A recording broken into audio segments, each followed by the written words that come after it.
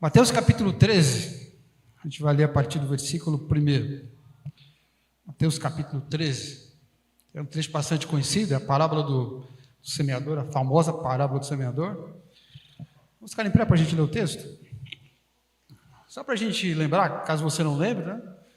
Na parábola do semeador, o semeador é Deus. Então Deus sai ali semeando a sua semente. E a semente a gente sabe que é a palavra de Deus.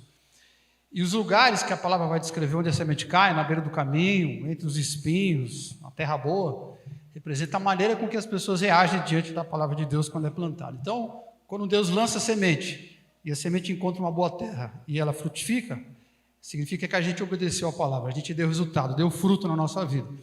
Mas quando a semente cai, e ela nasce, e por alguma razão ela não dá fruto, ela não morre, isso representa quando a pessoa ouve a palavra, infelizmente não coloca em prática, não cumpre com a palavra de Deus, não frutifica. E a vontade de Deus é que a gente frutifique. Verso 1 diz assim: naquele mesmo dia, saindo Jesus de casa, assentou-se à beira-mar. E grandes multidões se reuniram perto dele, de modo que entrou num barco e se assentou. E toda a multidão estava em pé na praia. E de muitas coisas lhe falou por parábolas, e dizia: eis que o semeador saiu a semear. Verso 4. E ao semear, uma parte caiu à beira do caminho, e vindo as aves a comer. Outra parte caiu no solo rochoso, onde a terra era pouca, e logo nasceu, visto não ser profunda a terra. Saindo, porém, o sol a queimou, e porque não tinha raiz, secou-se. Verso 7. E outra caiu entre os espinhos, e os espinhos cresceram e a sufocaram. Outra, enfim, verso 8, caiu em boa terra, e deu fruto, de forma exponencial, a 100, a 60 e a 30 por 1. Quem tem ouvidos para ouvir, ouça. Verso 18, Jesus agora explicando a parábola em particular para os discípulos, para os 12. Atentai vós, pois, a parábola do semeador. A todos os que ouvem a palavra do reino e não a compreendem, vem o maligno e arrebata o que lhe foi semeado no coração. Este é o que foi semeado à beira do caminho.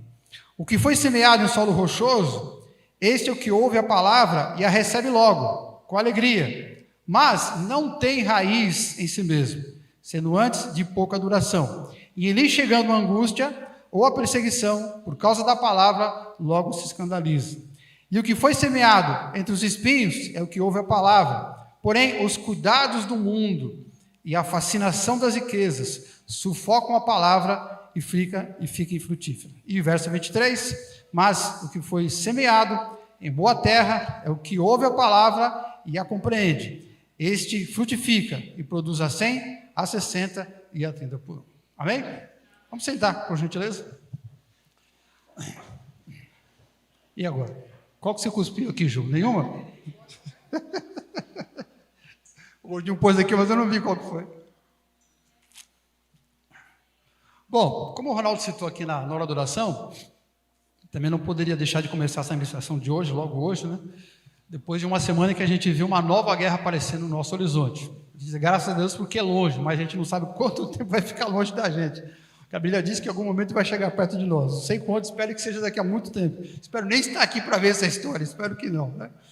Mas eu quero chamar a atenção, não estando para a guerra, quero chamar a atenção pela contradição, pelas contradições que as pessoas apresentam em suas vidas que levaram a essa guerra. Estou falando isso em relação ao povo árabe, né? Não o povo judeu necessariamente, mas ao árabe, né?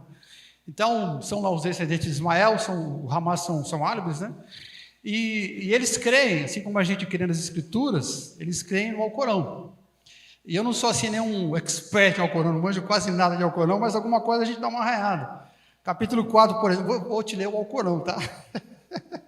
Capítulo 4 do Alcorão, verso 34, fala assim, olha só, o livro em que eles creem, que eles acreditam, que eles pregam, diz assim: tratai com benevolência, quer dizer, trate bem os vossos pais, os parentes, os órfãos, os necessitados, o vizinho próximo e o vizinho estranho.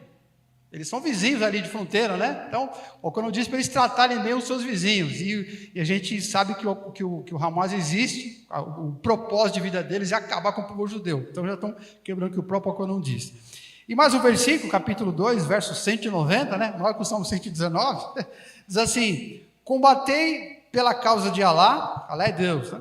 Aquele que vos combate, quer dizer, você pode se defender, mas não pratique agressão, não pratiqueis agressão, porque Alá não estima, Alá odeia, não gosta dos agressores. Então, essa gente crê nesse livro, e o livro deles diz exatamente isso: olha, vocês não podem agredir um outro, a menos que seja para se defender, e olhe lá, com bastante parcimônia.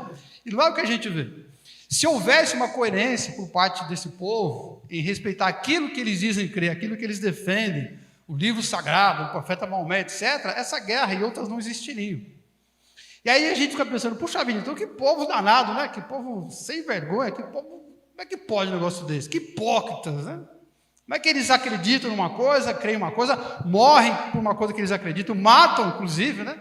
Fazem atos terroristas em nome de Alá, em nome do Alcorão, e agora estão fazendo uma atitude que é contrário ao que eles creem. Como é que pode ser tão incoerente? E aí, antes da gente apontar o dedo para eles, mais uma vez, né? É bom a gente apontar o dedo para nós primeiro, porque a gente está cheio de contradição também. A gente também tem um livro, que é a Bíblia, o livro sagrado nosso. E ele diz algumas coisas que, nos últimos tempos, é difícil a gente ver cumprindo, de forma como está escrito. Por exemplo, lá no livro de Lucas, capítulo 18, Jesus conta aquela famosa parábola do juiz que não tinha medo de Deus, ele não julga ninguém. E aí Jesus usa aquela parábola e ele termina dizendo assim: olha, não fará Deus justiça aos seus escolhidos, que a ele clamam de dia e de noite, embora pareça demorar em atendê-lo. Essa parábola foi contada para estimular as pessoas a orarem, para que mesmo que a resposta demorasse a chegar, continuasse orando, porque Deus está lá e um dia Deus vai responder. E aí, quando a gente olha para as pessoas, muitas vezes, quando vem um problema, ao invés de crer na palavra e crer que existe um Deus no céu aqui, se acontecer um problema, elas vão orar e Deus vai ouvir e vai socorrer, muitas vezes que você vê, por exemplo, é o desespero, antes mesmo da oração. E muitas vezes, quando chega um problema e começam a orar, aí oro só durante um pouquinho de tempo, isso quando oro, né?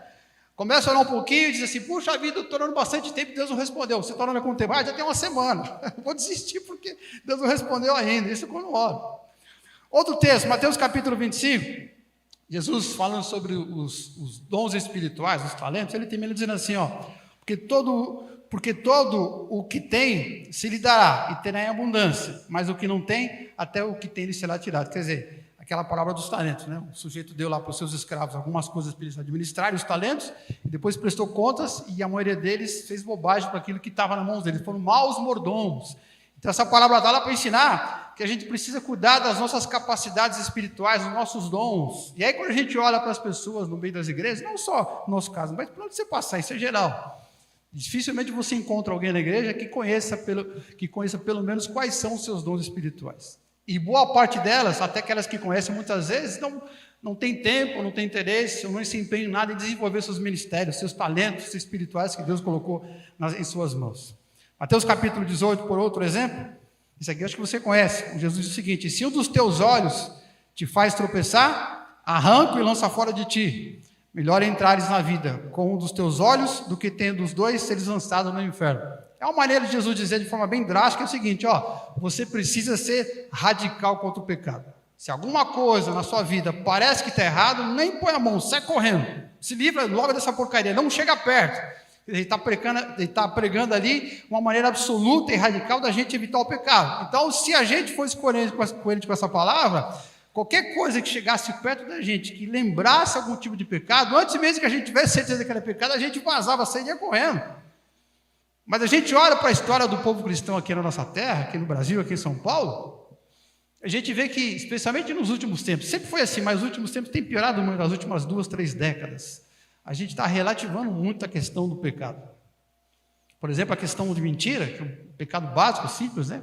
Todo mundo mente, como diz aquele personagem do Hauser, né? Todo mundo mente. Será que a gente pode mentir? Pô, lógico que não. Pai do diabo, a mentira é filho do diabo. O diabo é o pai da mentira. A gente sabe na Bíblia que não pode mentir. Então, por que muitas vezes as pessoas que confessam a Jesus, que creem na Escritura, por que elas mentem nos seus relacionamentos? Basta dar uma apertadinha na situação, achar que tem um constrangimento e começa a mentir. Sem falar do liberalismo sexual que a gente vive hoje, dificilmente você encontra um cristão que crê na Escritura, que é solteiro e que não tenha cometido 1 ou 2 relações sexuais ilícitas fora do casamento. É difícil encontrar. Quer dizer, cadê o nosso radicalismo contra o pecado? O que a gente vê é muita concessão. Só um exemplo para terminar essa introdução aqui. Outro texto famoso, Lucas 9:23, diz assim: se alguém quer vir após mim, negue-se a si mesmo, tome a cada dia a sua cruz e siga-me. É Jesus pregando a morte da carne. Eu não posso viver pelo meu prazer, pela minha carne. Se a minha carne, o meu prazer custar minha fidelidade, que seja. Mas como é que a filosofia das pessoas que enchem as igrejas hoje em dia? Elas estão dispostas a pagar o preço? Ou boa parte delas vivem em função dos seus prazeres? Se a coisa não ficar muito boa, elas mantêm a posição firme ou elas vão para trás? Elas fogem da situação. Por que a gente não é coerente com a palavra? Por que a gente não obedece a palavra? Por que a gente não cumpre? Por que a semente que foi plantada no nosso coração não dá o fruto que Deus espera?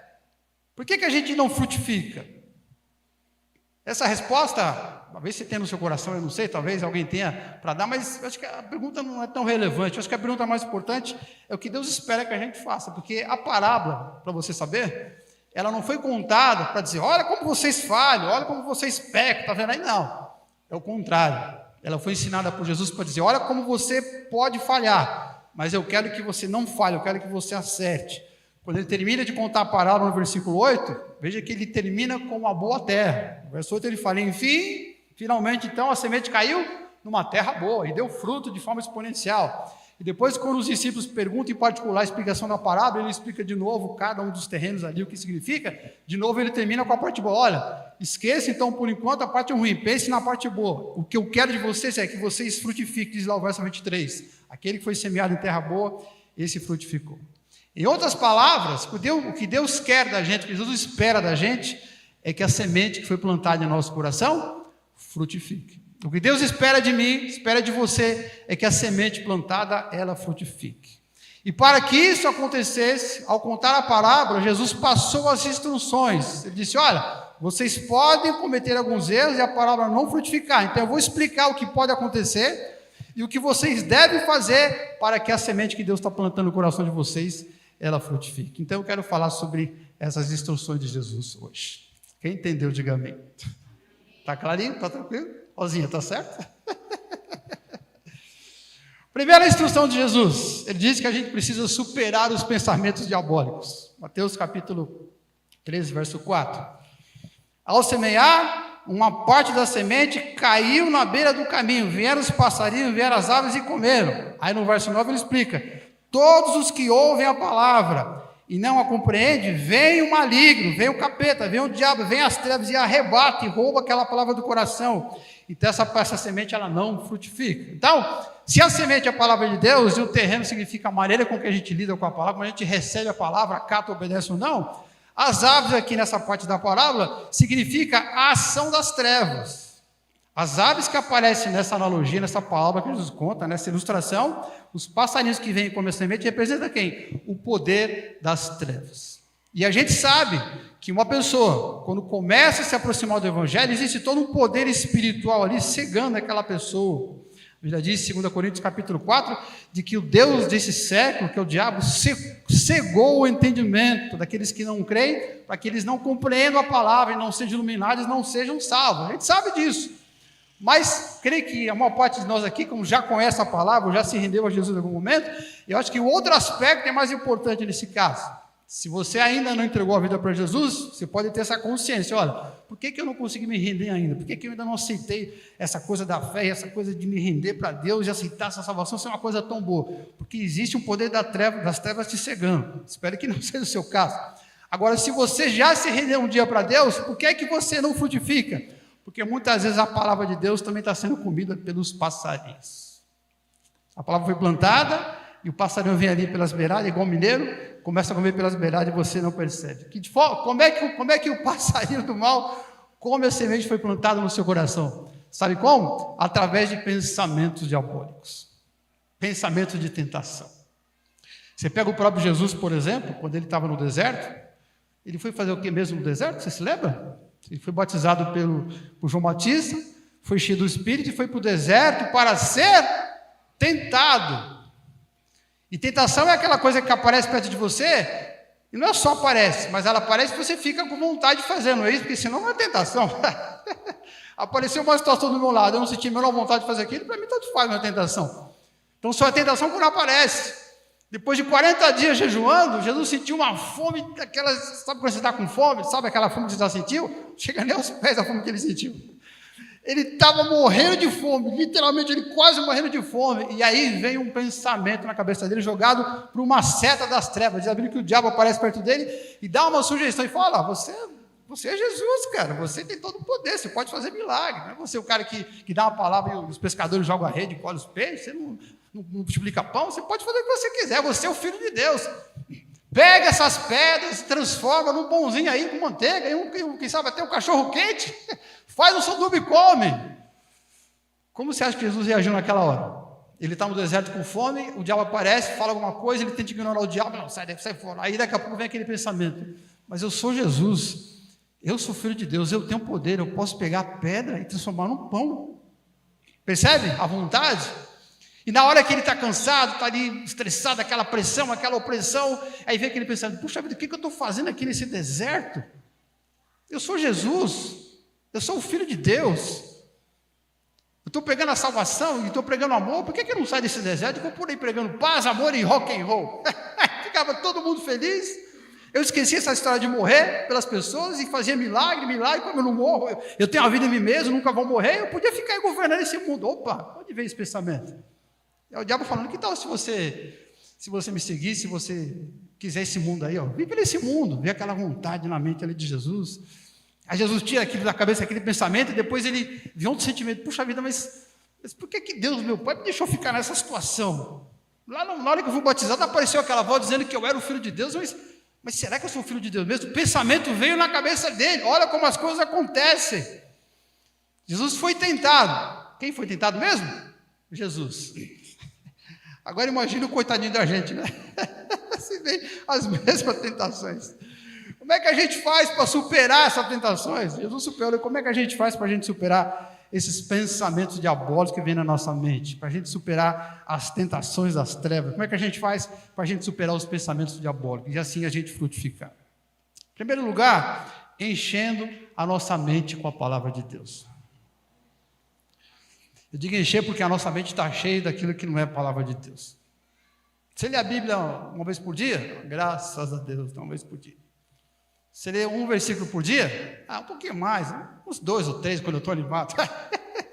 Se eu estiver muito empolgado, um capítulo inteiro. Não o Salmo, né? O Salmo é muito grande. Se for o 119, então, está perdido, né? Um trecho do Novo Testamento, seria um pouquinho na palavra.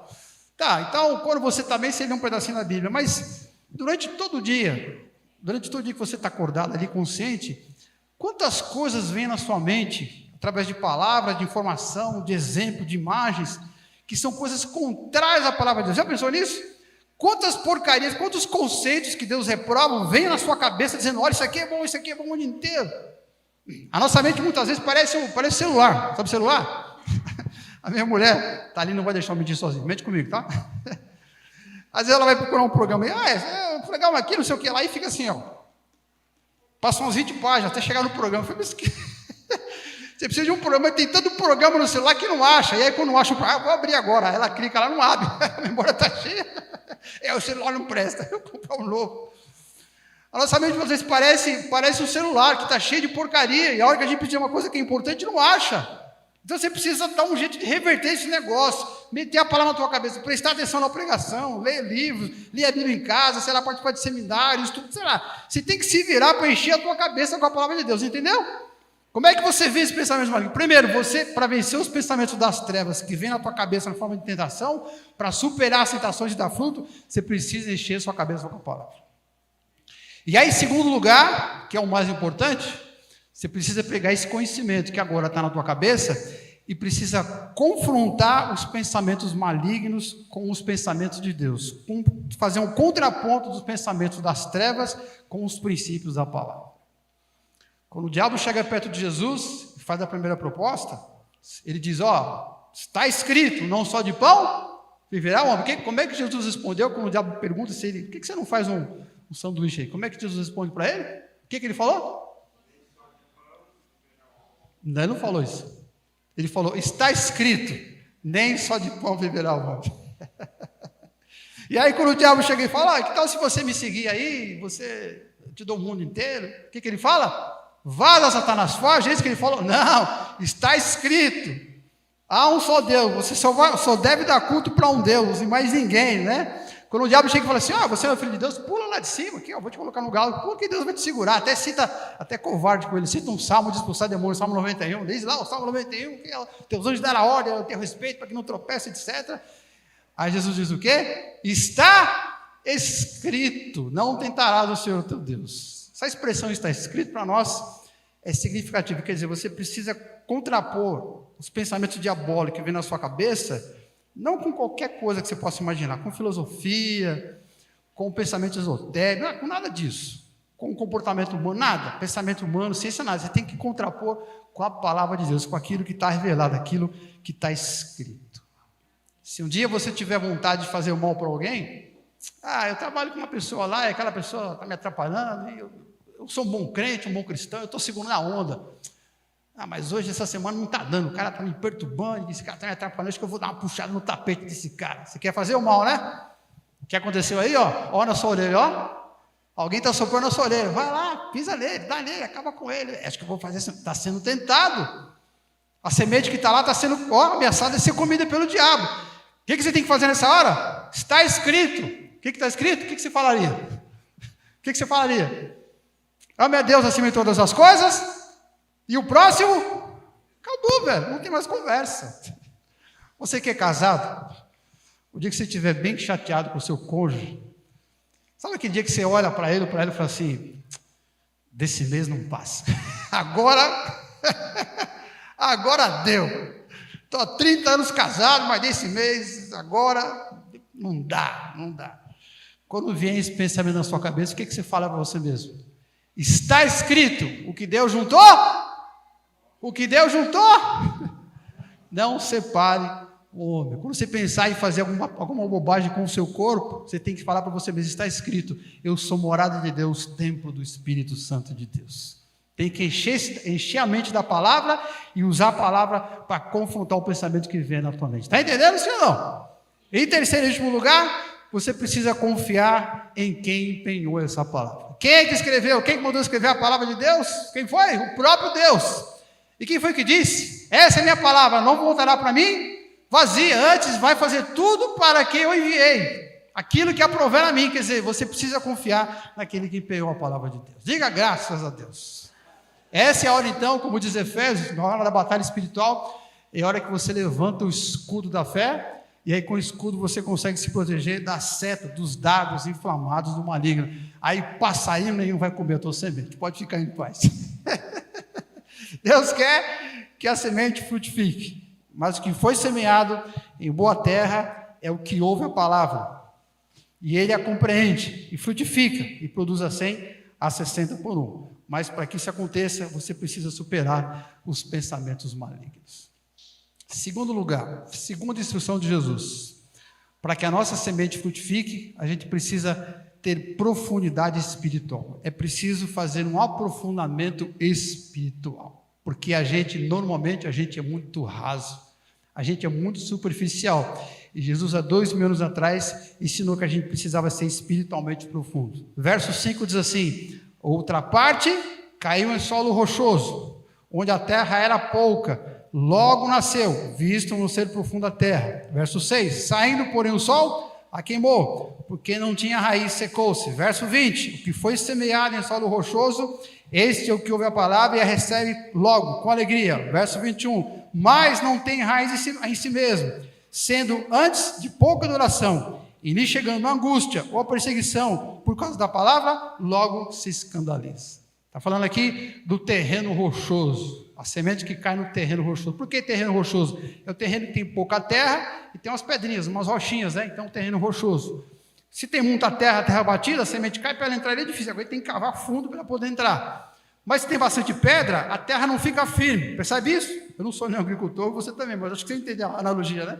Você tem lá um vasinho de planta que tem bastante pedra e bastante terra, você pega uma coisinha ali, ela cai com facilidade, ela entra. Se for terra batida, não entra. Então o terreno rochoso é aquele que tem pouca terra, porque tem pedras no meio. Então se cair uma semente, pode ser até mato. Ela nasce com facilidade. Pode ser, tem um matinho aquele que você puxa com a mão, vem com facilidade. Mas essa simbologia do terreno rochoso significa então que é aquela pessoa que começa a obedecer a palavra, começa a seguir Jesus e começa com facilidade. Veja o verso 20 aí, ó. O que foi semeado em solo rochoso é o que ouve a palavra e recebe logo, recebe rápido, com alegria. Claro, o cara entra em contato com o Evangelho e geralmente as pessoas só pregam a parte boa do Evangelho, né? A salvação, às vezes até aquilo que não é bem assim, né? A prosperidade, a cura irrestrita, e começa a falar das promessas, e exagera às vezes a promessa, né? Uma licença para pecar, para salvar o pecador. Como se disse isso? O cara, você está pregando que se o cara se converter, a vida dele vai mudar 100% para melhor. Dá uma forçadinha, vai ser para ganhar alma. Não, cara, não faz isso não, mas tem gente que faz, né? Aí vem uma história que não é bem assim, mas, enfim, geralmente quem prega o Evangelho mostra só a parte mais legal, a parte boa. Aí a pessoa cresce, o zoião, né? Puxa, eu quero esse negócio, eu quero esse trem. Estou falando besteira, não. Atualmente as pessoas só se convertem pensando na parte boa.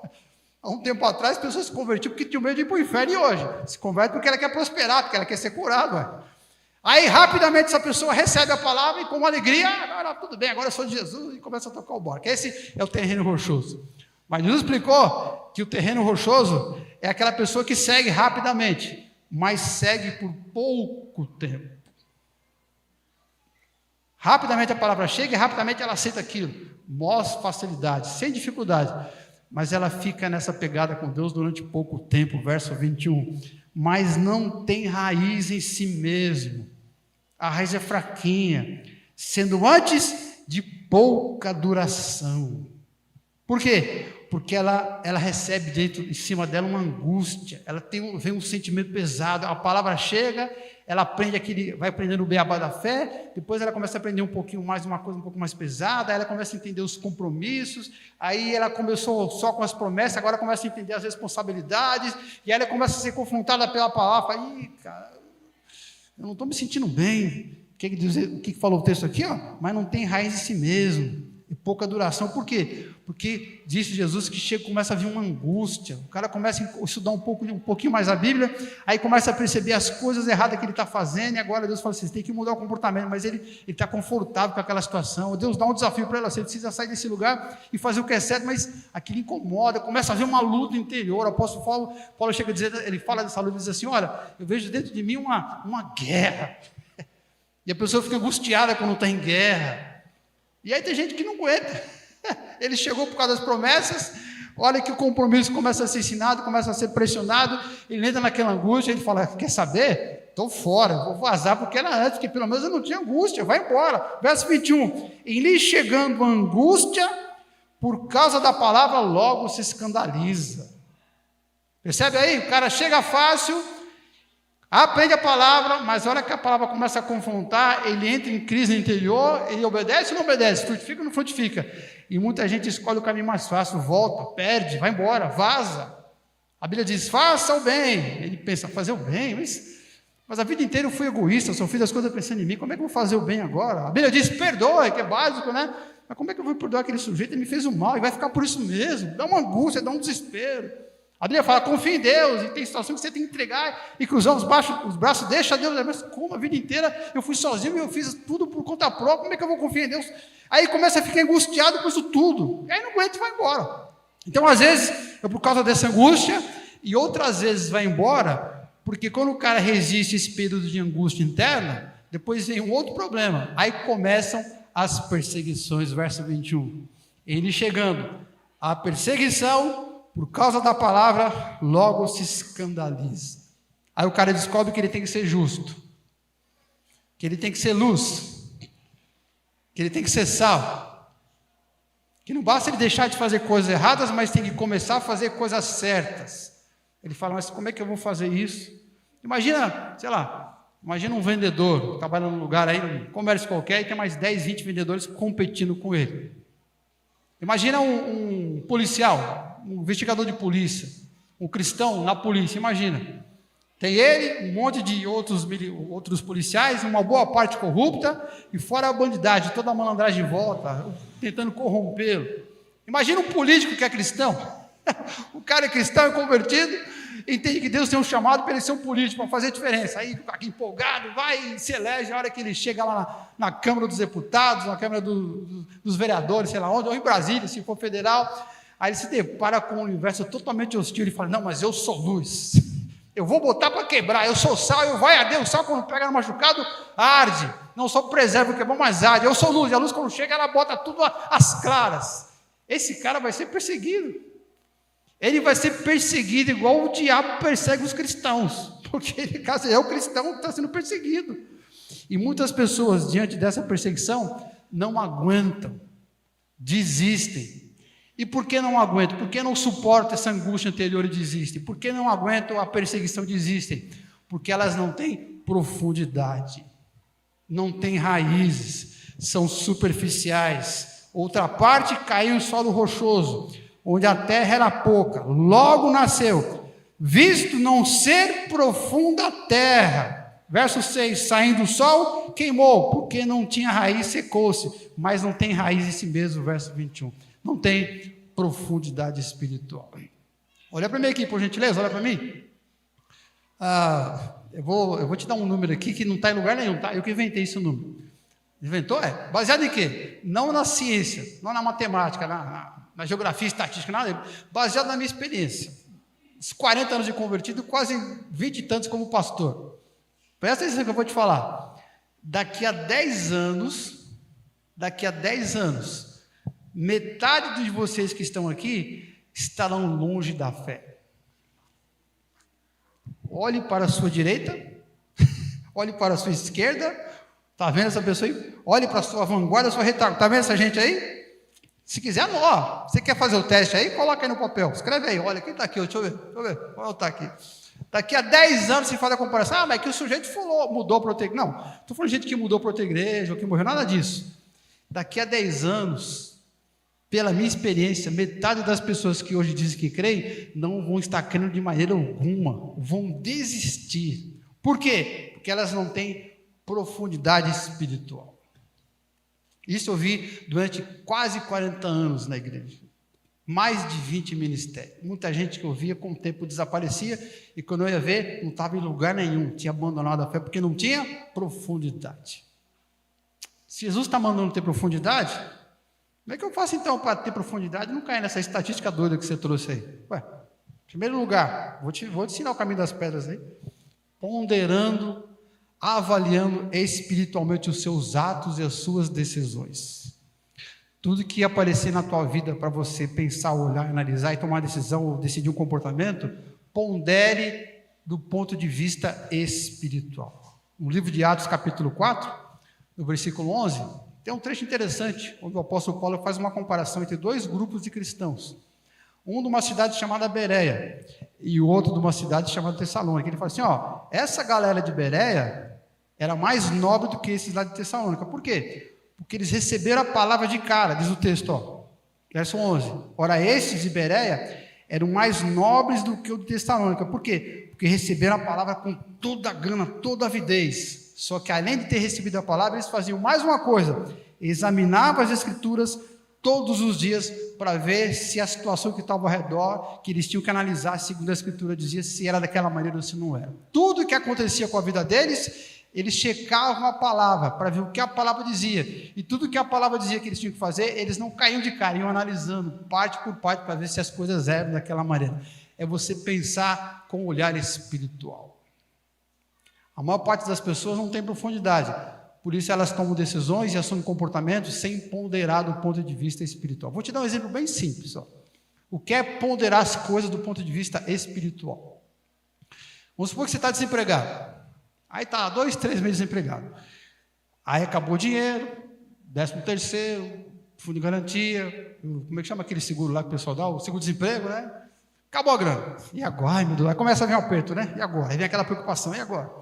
Aí começa aquela loucura, aquela correria, e aí um amigo seu liga para você e fala assim, olha, lá na empresa do trabalho lá, você falou para eu dar uma checada, eu acho que tem um jeitinho de dar um jeito para você fazer uma entrevista lá, né? Daqui a 3 semanas, sabe? 3 semanas. Aí tome oração durante 3 semanas, e ora durante 3 semanas, e faz jejum de Daniel de 3 semanas. E Senhor, se lembra do teu céu, eu preciso do emprego, Senhor. É as 3 semanas que o cara mais orou na vida dele. Precisa do emprego, está desesperado, tem conta para pagar, filho pequeno para criar. E aí ele ora e vai chegando o dia, vai ficando preocupado, ansioso, e vai orando, e buscando a Deus, e jejua também por aqui, não gosta nem de jejuar por nada, mas essa hora ele sabe, ele jejuou. E aí a entrevista era uma segunda-feira. Aí chega no domingo, ele vem para a igreja com o coração todo humilde. Ó, Senhor, estou aqui de novo, teu servo. Você lembra de mim amanhã, Senhor? Aí está aqui no culto e ora de novo e pede oração. Por favor, pastor, ora por mim aqui para eu conseguir amanhã essa entrevista, esse emprego. Aí, pastor, ora, tudo mais. Aí ele vai para casa, aí toca o telefone dele. Aí um primo dele, um primo conhecido dele, um amigo dele, um primo chegado, diz assim: ô, fulano, tudo bem? Você está desempregado? Ele: estou desempregado, né? É que é o seguinte, cara, eu trabalhava naquela empresa durante 50 anos, eu saí, e agora eu vou abrir um negócio. Quer trabalhar junto comigo? Eu sou seu primo, quer trabalhar comigo? O cara falou: quero, amanhã eu estou aí para trabalhar. Ah, mas entrevista? Entrevista que se dane. O cara me ofereceu emprego agora, eu vou contar com, se o passarinho está aqui na mão, vou contar com 12 humanos, mas vai no na mão do quê? 12 humanos. Ele está analisando aquela situação do ponto de vista prático humano, mas não está analisando do ponto de vista espiritual. A Bíblia diz que a oração do justo tem muito poder. Quando você ora pedindo para que Deus faça alguma coisa, você acha que Deus escuta e fala: bem, tudo bem, estou aqui então, ouvi a sua oração, está registrado, pode ficar tranquilo, chegar na hora eu dou um jeito. Ué, não é assim que funciona. Lembra do profeta Daniel? A Bíblia diz que ele orou durante quantas semanas mesmo? Quantas semanas foi? 3 semanas? 3 semanas, né? Orou durante 21 dias, 3 semanas. E a resposta não chegava. No 21º dia, ele jejuando e orando. Chega um anjo e fala: ó, Daniel, a sua esposa chegou, né? Eu, finalmente, hein? Tá louco? 3 semanas depois. Aí o anjo fala assim: Daniel, desde o primeiro dia que você começou a orar, já saiu a ordem para a resposta ser dada. Mas teve toda uma luta espiritual no caminho. Aquelas 3 semanas que você estava orando e buscando a Deus, o mundo espiritual estava sendo movido. Deus estava mexendo com o coração das pessoas. O cara que ia fazer a entrevista com você, ele tem uma história. De repente Deus estava agindo na vida daquele sujeito com várias situações diferentes para comover o coração dele, para no dia da entrevista ser simpático com você. Outras pessoas estavam orando por você, quer dizer, havia todo um movimento espiritual. O mundo espiritual estava se preparando. A sua oração foi ouvida desde o primeiro dia. Aí quando chega na véspera, você diz assim: não quero mais saber de nada, eu vou virar sócio do meu primo. O que você fez? Você tomou uma decisão, você está fazendo alguma coisa sem ponderar do ponto de vista espiritual. E as pessoas fazem isso muitas vezes porque elas não têm profundidade. E elas não têm profundidade porque elas não ponderam. É um ciclo virtuoso. Quanto mais você pondera, mais você cria profundidade. Quanto mais você tem profundidade, mais você pondera. Como é que eu crio profundidade espiritual? Segundo lugar, completando as ações espirituais. Veja o texto comigo. 1 Tiago capítulo 1, verso 4. Diz assim: a perseverança tem que ter ação completa. A perseverança tem que ter ação completa, para que sejais perfeitos e íntegros, em nada deficientes. Está dizendo que existe um processo, no caso aqui é a perseverança, e tem que ter ação completa. Você se lembra de um pecado que você tinha um tempo atrás? Pode ser uns anos atrás. Tinha uma coisa que eu fazia lá e não conseguia largar. Você se lembra? Talvez você se lembre, né? Tinha uma besteira que eu fazia uns 3, 4 anos atrás. Era difícil, hein, cara? Ele mexe. Eu me arrependia e pedia perdão para Deus. Depois eu fazia de novo. Aí eu ficava com vergonha de Deus. Aí eu passava uma angústia. Lembra disso? Agora você não quer lembrar, né? Eu sei que você passou por isso. Ficava com vergonha. Aí chegava lá todo desconfiado diante de Deus. Falei: Deus, estou de novo aqui, né? Aí ficava com uma sensação de que Deus não estava ouvindo, que não ia ser perdoado mais. Aí o diabo me acusava, dizendo que eu ia para o inferno. Eu lembro que era um inferno na minha cabeça. Eu sempre passava por aquela situação. Bom, mas isso foi 3, 4 anos atrás. E hoje? Hoje o pecado subiu. Você não faz mais? Não, esse pecado não. Esse pelo menos eu me livrei dele. Mas como que você se livrou? Caindo, levantando, caindo e levantando, caindo e levantando. Você caía, Deus puxava. Você caía, Deus puxava. Você caía, Deus levantava. E foi repetindo esse processo, e você, por algum motivo que você não entende, você ia insistindo, ia perseverando. Eu estou fraco, eu sei, Deus, que eu errei, mas eu estou de novo aqui. Eu sei que eu pequei 10 vezes, mas eu estou de novo aqui, Senhor, me dá graça, que eu me livra disso. E de repente, o processo completou, o processo de perseverança, e aquilo sumiu. Ou seja, você completou a ação espiritual. Se você não tivesse completado aquela ação espiritual, se não tivesse amadurecido, ou tratado aquela situação com maturidade, com profundidade, estaria no mesmo pecado até hoje. Está entendendo ou não? Terceiro lugar, como que você amadurece espiritualmente? Abandonando o sentimento de autocomiseração. Sabe o que é isso? Autopiedade. Explica melhor. Mimimi. Nutelice. Sabe o que é Nutelice? É o crente Nutella, o crente dodói. Tem um trecho engraçado lá do Velho Testamento. O Jeremias falou o seguinte para o povo, né? Ó, é o seguinte, o invasor vai invadir Jerusalém, vai morrer quase todo mundo, quem sobrar vai ser levado como escravo, vai ser uma desgraça, todo mundo, quem tem casa vai perder, quem tem negócio vai perder, acabou, Deus disse que acabou. Aí Jeremias começa a chorar. Você lembra da história, né? Jeremias tinha um secretário chamado Baruque. Aí ele percebeu que o Baruque estava meio perturbado. Baruque, o que aconteceu, Baruque? Porque Deus falou, você falou em nome de Deus, disse que vai acabar tudo, mas eu sou jovem ainda, eu queria ir para a faculdade, eu queria fazer academia, eu queria montar um negócio, eu queria casar, ter esposa, agora você está dizendo que vai acabar, vai morrer todo mundo, e eu também, comecei a chorar. Aí Deus falou assim, Jeremias, fala para o Baruque uma mensagem, olha que Deus mandou falar para o Baruque, que era o secretário, Jeremias 45. Era uma pergunta, né? O Jeremias fazia para o Baruque, Deus dizendo, eis que estou demolindo o que edifiquei, e arrancando o que plantei, e isto em toda a terra, e procuras grandeza? Eu estou dizendo que eu vou acabar com tudo, e você está preocupado com a sua prosperidade, seu progresso. Presta atenção, Baruque, eu estou dizendo que eu vou acabar, eu estou disciplinando Jerusalém e todo o povo judeu, vai todo mundo escravo, quem não morrer vai ser escravo, porque chegou a conta d'água desse povo. É uma nação inteira que está entrando debaixo de uma desgraça por causa do pecado, eu estou disciplinado e você está preocupado com o seu futuro. Aí Deus faz uma promessa para ele, fica tranquilo, diz para o Baruque que você não vai morrer, dessa você está livre, pelo menos morrer você não vai. O apóstolo Paulo falou uma coisa parecida. Bom, Paulo, você sabe que ele apoiou para caramba, né? Naufragou, foi mordido de cobra, foi torturado, foi apedrejado, quer dizer, tudo que você pode imaginar fizeram com ele. Sofreu muito, passou fome, olha bem aqui, ó. Passou fome, porque muitas vezes as ofertas não chegavam onde ele estava, ele não tinha o que comer. Muitas vezes passou frio, o apóstolo Paulo, porque não tinha dinheiro para comprar roupa, porque estava em missão no outro lado do mundo, não sei aonde. E aí, então, em uma das cartas, ele escreve o seguinte para a igreja de Filipenses. Olha o que ele escreveu.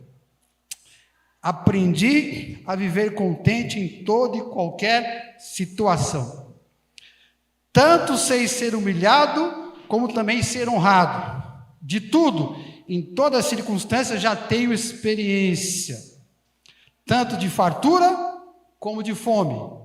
Assim de abundância, como de escassez. Tudo posso naquele que me fortalece. Até passar fome, se for o caso.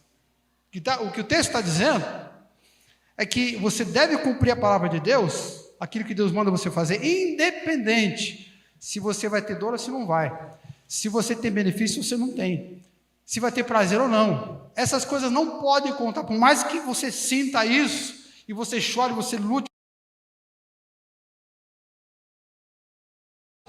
Aquele que quer ter profundidade, e tem profundidade, ele está mais parecido com mãe de bandido. O moleque sofre, né? Eu sei porque um dos meus irmãos era bandido. Morreu na rua, esfaqueado. Um dos meus irmãos mais novo, parte de mãe. Foi encontrado na rua, embaixo do viaduto, com o pescoço cortado. E eu lembro de eu pequenininho, minha mãe levando a mim e meus irmãos lá na antiga detenção para visitar. Chamava-se Paulo. Sabia disso, não? Te falei? Não, é? Tinha um irmão chamado Paulo. E minha mãe sofria, né? Como um monte de bandido sofre, né? Levantava, não sei como é hoje, mas na época levantava cedo, tinha que fazer um monte de compra, o famoso jumbo, né? O sacolão com a comida. Aí pegava aquela fila enorme, ficava lá desde madrugada. Os que moram longe tinham que pegar ônibus cheio para ir lá para a porta da detenção no dia da visita. E sol e chuva está lá, os guardas não estão nem aí com as pessoas, né? Depois entra, aí aquele constrangimento da revista das coisas, fura o bolo e corta tudo. Aí vem a revista íntima, para a mulher constrangedor, agacha. Aí ela vê lá, aí chega lá visitar o filho está na solitária, está todo machucado. Como sofre, mãe de bandido, né? Mas filho. O filho é um desgraçado, vagabundo, ladrão, criminoso, mas a mãe, está lá. E quando ele morre, o que ela faz? Vai lá, enterra ele e chora em cima do caixão. A gente tem que ser igual um monte de bandido. Só que a gente não está chorando por bandido. Está chorando por quem? Por Deus. Deus Todo-Poderoso, bondoso, que te salvou, que nos salvou, que tem o melhor para nós. É por Ele que a gente chora quando a gente sofre. Isso é profundidade espiritual. Deus quer que a semente frutifique, mas para que isso aconteça tem que ter profundidade espiritual. A última instrução de Jesus dessa parábola, para que a semente frutifique, é o seguinte: a gente deve escapar das ilusões materiais. Vou te falar já de antemão, isso é difícil, cara. A ilusão das coisas materiais é muito difícil, porque a gente vive numa sociedade materialista, e desde pequenininho a gente aprendeu a ser materialista. Verso 7, outra parte caiu entre os espinhos, e os espinhos cresceram, e sufocaram a semente. Verso 22, o que foi semeado entre os espinhos é o que ouve a palavra, porém os cuidados do mundo e a fascinação das riquezas sufocam a palavra e ela fica infrutífera. Então, os espinhos representam algumas coisas. Primeiro, os cuidados do mundo, ou seja, as preocupações. Não, preocupações não, mais que preocupações. Daqui a um mês eu tenho que fazer uma prova, daqui a um mês. O que você faz? Você está preocupado. Aí você faz um planejamento de estudo e começa a estudar. Estou me preparando. Aí todo dia estudo um pouquinho, então fiz o planejamento, estava preocupado, beleza, faço a prova. Mas tem aquela pessoa que passou o mês inteiro estudando, se preparou, fez tudo o que ela tinha que fazer, mas no dia de descansar na véspera da prova, ao invés de descansar, continua estudando que não doido, porque está desesperado, está ansioso, está angustiado, porque afinal, dependendo daquela prova, a vida material dela pode mudar, vai conseguir um emprego, vai conseguir um estágio, vai conseguir não sei o quê, vai ganhar mais dinheiro, e é o meu futuro, e é dinheiro, e o futuro. Ansiedade, preocupações, cuidados com o mundo. Jesus disse que os espinhos são esses cuidados, e os espinhos são a fascinação das riquezas. Fascinação pelas riquezas é aquilo que faz a gente ter inveja de alguém pelo que a pessoa tem ou pelo status social dela. Quando você vê alguém e lá no fundo você sente um sentimento esquisito, que inveja, né? Pelo que o cara é ou pelo que ela tem, isso vem dessa fascinação pelas riquezas, pelo mundo material. Quando a gente é avarento, mão de vaca, quando a gente não abre a mão para nada, de onde vem esse sentimento de egoísmo material? Vem da fascinação pelas riquezas. Quando a gente tem um pouquinho, a gente faz questão de mostrar esse pouquinho para os outros, de ostentar. Está na moda, né? É até chique ostentar hoje, né? É ostentação. De onde vem isso? Da fascinação das riquezas. Os espinhos, eles concorrem com a palavra, porque Jesus, ele ensinou que a vida do ser humano é mais do que as coisas materiais. Lucas capítulo 11, ele fala assim: a vida do homem não consiste nos bens, na abundância dos seus bens. Olha para mim aqui, por gentileza. Olha a palavra de Jesus. A vida de uma pessoa não consiste nos seus bens. Você não é o que você tem, você é o que você é. Mas eu tenho certeza que a minha filha solteira, né, donzelíssima, quando fosse casar, se chegar um grangeirão lá em casa, papai, esse aqui é o Marquinhos. Quem? Marquinhos, né? O que eu vou perguntar? Você estuda? Você está na faculdade? Está fazendo estágio? Você trabalha? Você mora em uma boa casa? Você quer casar com ela? Você tem carro? Você tem casa? Você tem como sustentar? Eu vou encher de perguntas nesse naipe. Dependendo da resposta, eu vou dizer, esse é o cara, ou não é. Mas o que você está fazendo? Você está usando que critério? O critério das coisas materiais, percebe?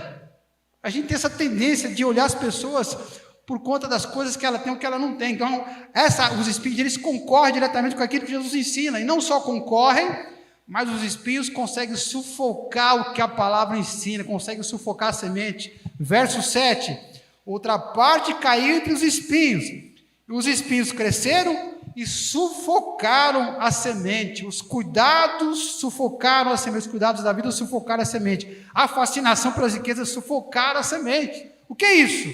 Isso é ilusão das coisas materiais. Você acredita naquilo, você vive de acordo com aquilo, e se você vive por aquilo, você se dá mal. O exemplo disso, Jesus contou naquela outra parábola do rico louco, lembra? Louco, esta noite pedirão, lembra disso? A palavra que Jesus contou, ele disse que o camarada trabalhou na sua fazenda e produziu muito, diz o texto, produziu em abundância. E aí, como ele tinha muita coisa, encheu os celeiros dele, encheu a casa dele de muita abundância, ele tinha duas opções. Qual era a primeira? Bom, uma parte eu vou usar para eu comer, para eu sustentar a minha família, outra parte eu vou deixar reservado, porque está sobrando, e essa outra parte que sobrou eu vou dar para os pobres, vou dividir. Essa seria uma opção. Mas Jesus falou que ao invés de escolher essa opção, ele escolheu uma outra. Dizia assim o texto: então ele pensou consigo mesmo, eu produzi em abundância e não sei o que fazer com toda essa riqueza, então o que eu vou fazer? Eu vou derrubar os meus celeiros, Vou construir outros ainda maiores, aí vou encher, vou trabalhar mais ainda, e vou encher mais ainda. E aí depois de amanhã, quando esses outros, se eles estiverem bem cheios, aí eu vou dizer para minha alma, relaxa e goza minha alma, aproveita a vida. Aí Jesus falou o seguinte, o quê? Que naquela noite Deus falou com ele, louco, esta noite pedirão a sua alma, e tudo que você tem, para que serve? Para quem vai ser? Para nada. Que os bens não valem nada, a vida do homem é mais do que, não é os bens que ele tem. Ele escolheu a opção errada e ele dançou espiritualmente falando. São as ilusões materiais. O que é importante agora, para a gente tentar terminar? Como é que eu escapo das ilusões materiais? Em primeiro lugar, impondo limites na nossa atividade. Isso aqui eu sei que boa parte de vocês de cara não vai aceitar. Falou em trabalhar menos, vocês não vão querer saber disso. É todo mundo viciado em trabalho. Primeira coisa, impondo limites. Efésios capítulo 5. Vira a página aqui, por gentileza, para mim. Vira ali. Vira ali, João. Obrigado. Efésios capítulo 5 fala assim, ó. Salve o tempo, quer dizer, remir o tempo. A palavra remir significa salvar, quer dizer, o seu tempo está sendo perdido, então você tem que salvar o tempo, porque os dias são maus, quer dizer, você tem que otimizar o seu tempo aqui na terra. Como é que você faz isso? Primeiro, limite a quantidade de atividades que você tem. Você trabalha 10, 12, às vezes até mais horas por dia, né? Todo dia, olha quantas horas você trabalha por dia. Inclusive os pastores também, né? Que como não tem que marcar ponto, é pior ainda, você perde o controle, você vai trabalhando, né? Limite a atividade. O camarada ele trabalha 12, 13, 14 horas por dia e ele vendeu as férias dele e ele também trabalha de sábado, aí sobra só 6 horas por dia para ele fazer todo o resto, para descansar, para comer, para dormir, fazer tudo, né? E aí de vez em quando ele faz um trampinho de domingo, você está lá no computador, de cueca, de chinelo, depois do almoço, ainda faz um trampinho domingo à tarde. Está certo isso ou não? Essa é a vida que Deus quer para você? Não, eu ia falar para você, ser sábio nesse sentido, otimizar o seu tempo, né? Então, não só as suas atividades têm que ser otimizadas, mas o próprio foco que você coloca nas atividades. Presta atenção nisso. Não tem como você tirar um dia de folga. Eu estou lá brincando com as crianças, mas eu estou aqui brincando, jogando bola aqui. Chuta aí, filho, a bola, e estou aqui no celular respondendo um WhatsApp lá da empresa, no domingo à tarde, né? Não tem como sentar na mesa para almoçar no dia de folga com a família e todo mundo conversando e você, é verdade, né? Fingindo que está prestando atenção na conversa de todo mundo ali, aí de vez em quando você olha aqui, deixa eu ver um negocinho, só uma mensagem aqui do chefe, deixa eu responder. Cara, não tem lógica isso, cara. Você está malhando, pastor, eu tiro um tempo para mim, 2 vezes por semana eu vou malhar, eu ponho o fone de ouvido aqui e vou malhando, aí eu vou ouvindo lá um podcast lá, porque faz parte do trabalho que eu tenho que fazer, Cara, você não pôs música para relaxar quando você malha, você está ouvindo o negócio da empresa, do seu trampo, fazendo curso online enquanto você está malhando. Tem que ter um limite nessas coisas. Então, primeira coisa, coloque limite nessa situação. Segundo, desenvolva, esse você não vai gostar também, desenvolva a generosidade. Como é que eu acabo com essa história de materialismo? Talvez um dos melhores remédios é esse, desenvolva a sua generosidade. Contribua não só na igreja, mas também fora da igreja. Mas o principal, seja discreto. Jesus falou que não saiba a tua mão direita o que faz a mão esquerda. Seja generoso também na igreja, quer dizer, seja fora também. Mas mais importante do que o como fazer, são os motivos. Por que eu tenho que ser generoso? Primeiro, porque Jesus falou que era melhor ser generoso do que não ser. Mais bem-aventurado é dar do que receber. O que Jesus falou? Mais bem-aventurado é dar do que não sei porquê, mas quem falou? Foi Jesus. Ele falou que é melhor dar do que? Cara, se Jesus falou, olha para mim aqui, está falado, meu. Eu meter a mão no bolso e dar um pouco que eu tenho, é melhor para mim, não sei como, mas eu sei que é melhor porque Deus está falando, do que segurar o dinheiro no bolso, porque o escorpião está lá, está com medo de ser mordido pelo escorpião. Por que eu tenho que ser generoso? Esse você vai gostar, eu quero que você escute o trecho. Provérbios 19, 17 diz assim: quem se compadece do pobre, ao Senhor empresta, e este lhe paga o seu benefício.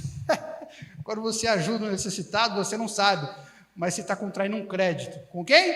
Com o Todo-Poderoso, o dono do ouro e da prata. E Deus, presta atenção, Deus é bom pagador, pode ter certeza disso. Ele vai pagar a dívida. Agora, o motivo mais importante para você ser generoso, Mateus capítulo 6, verso 24, ninguém pode servir a 2 senhores, pois há de aborrecer um e amar o outro, e vice-versa. Não podeis servir a Deus e as riquezas. Quando você mete a mão no bolso e você é generoso, seja com quem for, onde for, você está matando o poder do Deus chamado riqueza. Quando você é sovina, é mão de vaca, é avarento, você está deixando Deus da riqueza tomar o seu coração. Mas quando você abre o bolso e é generoso, aí você expulsa esse Deus junto com o dinheiro. Você acaba prosperando, que Deus vai te pagar depois. Deus vai te dar a recompensa em algum momento. Mas você tem um benefício muito maior. O que quer é você se livrar desse poder terrível, que é o poder do domínio material. Em terceiro e último lugar, eu quero terminar com essa parte aqui. Como é que eu me livro desse domínio das coisas materiais, dessa ilusão das coisas materiais? Sendo feliz com aquilo que a gente tem. E esse troço é difícil também, cara. A Bíblia diz assim, 1 Timóteo 6,7: porque nada temos trazido para o mundo, nem coisa alguma podemos levar dele. Então, tendo sustento e com que nos vestir, estejamos contentes. Mas como é difícil, cara. Como é difícil. Vou te dar um conselho aqui de irmão para irmão. Estude, trabalhe, se empenhe, progrida, tudo que você puder fazer, materialmente falando, lembrando desses cuidados que eu te falei, né? A avareza, os limites, mas respeitando esses critérios bíblicos, dê o máximo de você. Tente comprar a melhor casa, tente dar a melhor educação para os seus filhos, se você puder, compre o melhor carro, invista no melhor investimento, faça o melhor que você puder, pensando no futuro. Enquanto você fizer isso, faça o trabalho, ora a Deus, descanse, não fique ansioso. Tudo pertence a Deus e Ele está no controle. Essa ilusão material tenta te convencer de que você pode controlar. Você não pode controlar nada. Imagina as pessoas que moram em Israel, por exemplo, agora, que têm suas casas, seus carros, seus investimentos. Agora começou uma guerra. E se a guerra estourar na casa deles? Vai tudo para o espaço. Estamos nas mãos de Deus. Mas, como a gente tem paz aqui, faça tudo o que tiver ao seu alcance, olhando para o depois de amanhã.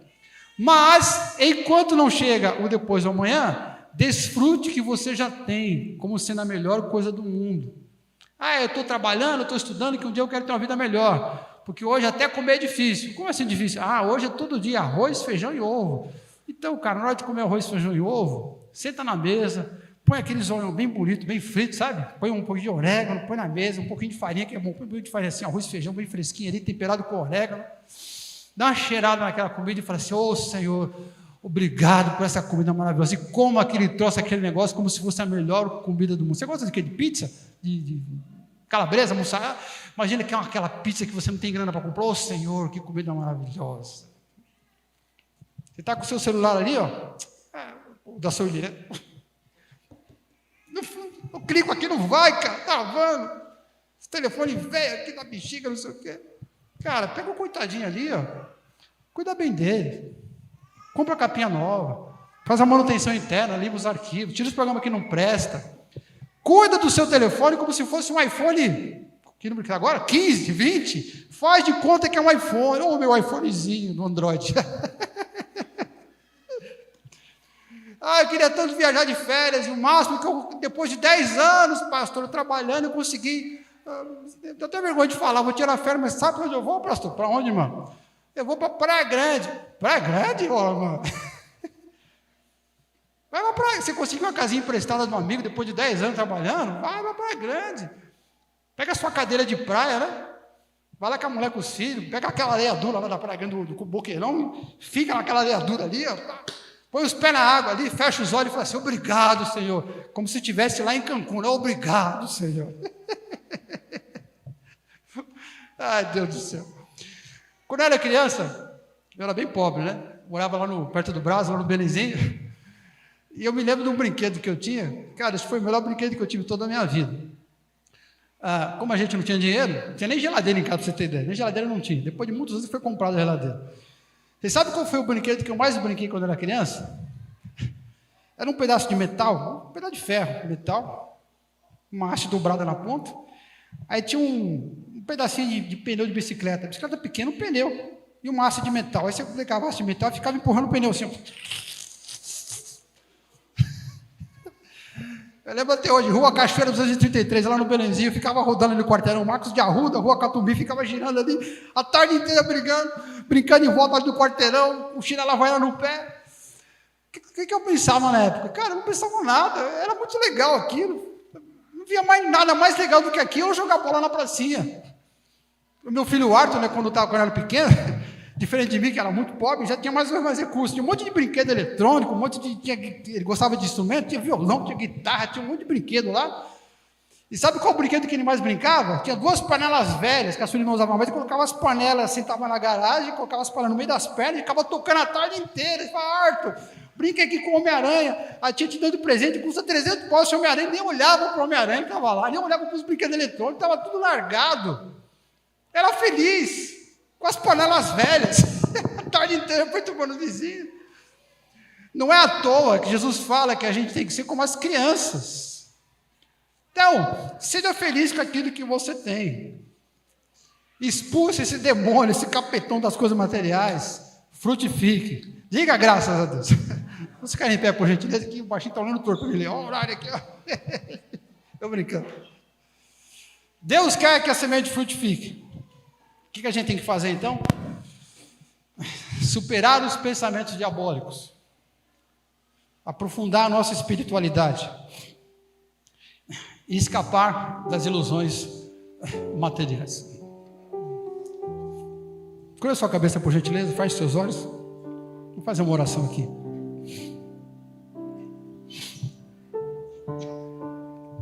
Fecha bem forte os teus olhos. Fica aí uns segundinhos na presença do seu Deus, do seu Pai.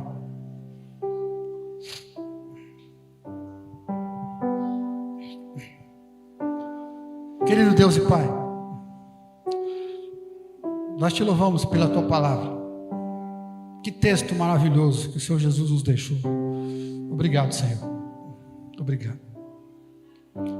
Nós te louvamos pela iluminação do Teu Espírito e pela aplicação do Teu Espírito, da palavra na nossa vida, que faz queimar o nosso coração, nos convence. Obrigado, Senhor, por nunca desistir da gente. Obrigado. Obrigado. Fecha bem forte os teus olhos, curva a sua cabeça, mas abra os seus olhos espirituais, e abra o seu coração para Deus, porque a palavra ministrada nesta noite é a palavra de Jesus, é a palavra de Deus, e o interesse de Jesus é que a semente frutifique. Então fecha bem forte os teus olhos, mas abra o seu coração. Se você entendeu que anda em falta em uma desses quesitos que Jesus citou, se você tem deixado pensamentos diabólicos, pensamentos das trevas, e não princípios das palavras tomarem a tua mente muitas vezes, então esse é o momento de você pedir para Deus te tirar o domínio desses pensamentos, de se comprometer com Deus em buscar a palavra, encher o teu coração da palavra. Se você se vê como um cristão superficial, que não tem raízes, que não tem força, bate o primeiro vento, bate o primeiro sol, já esmorece, já cai,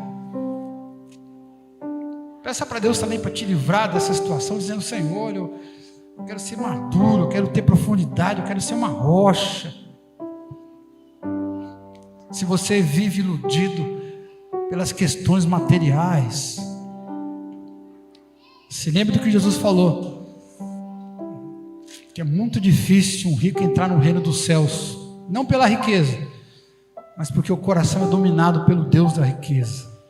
Então, se essa é a sua situação também, peça misericórdia para Deus nesse momento, aí onde você estiver. Querido Deus e Pai, rega a Tua palavra, Deus. A semente que já foi plantada, rega agora com a água do Teu Espírito sobre a vida de cada um de nós.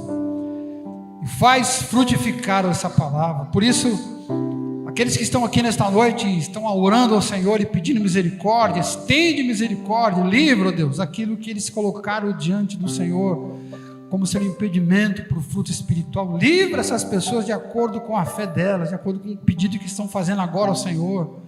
Estende misericórdia e liberta agora em nome do Senhor Jesus.